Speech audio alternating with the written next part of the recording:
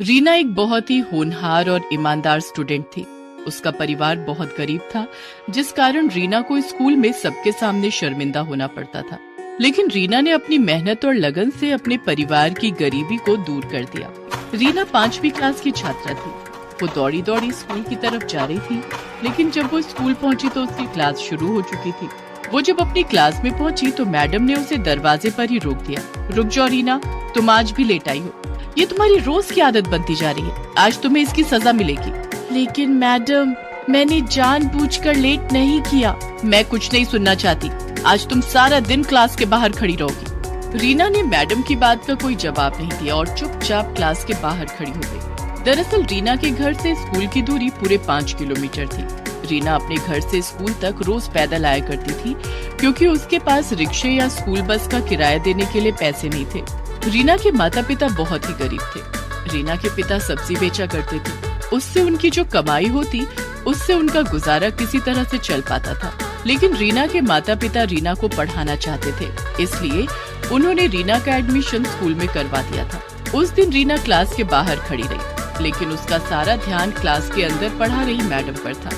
वो उनकी पढ़ाई हुई सारी बातें अपने दिमाग में नोट कर रही थी। रीना पढ़ने लिखने में बहुत होशियार थी।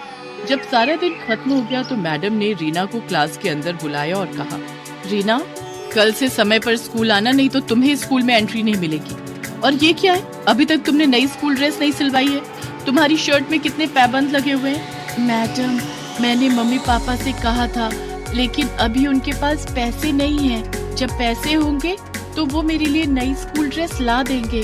ठीक है, अब तुम घर जाओ। रीना के फटे हुए स्कूल ड्रेस को लेकर क्लास की लड़कियां उसका बहुत मजाक उड़ाती, लेकिन रीना किसी से कुछ नहीं कहती। रीना स्कूल से पैदल घर आ गई। घर आने के बाद उसने मैडम की पढ़ाई हुई सारी चीजें फिर से रिवीजन की। पढ़ाई से जो वक्त मिलता था, रीना उस समय में सब्जी बेचने में अपने माता पिता की मदद करती थी। वो सब्जी बेचते हुए भी अपनी पढ़ाई करती रहती थी। धीरे धीरे समय बीतता गया और रीना ने 5वीं क्लास की परीक्षा पास कर ली। वो अपनी क्लास में अव्वल आई थी। घर आकर रीना ने ये बात अपने माता पिता को बताई।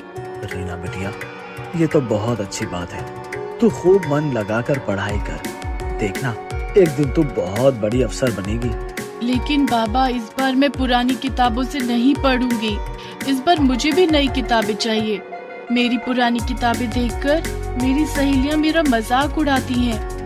रीना के माता पिता के पास इतने पैसे नहीं थे कि वो उसे नई किताबें ला कर देते, इसलिए रीना अपने किसी सीनियर से सेकंड हैंड किताबें कम कीमत में खरीद लेती थी। लेकिन इस बार रीना ने किशोर से नई किताब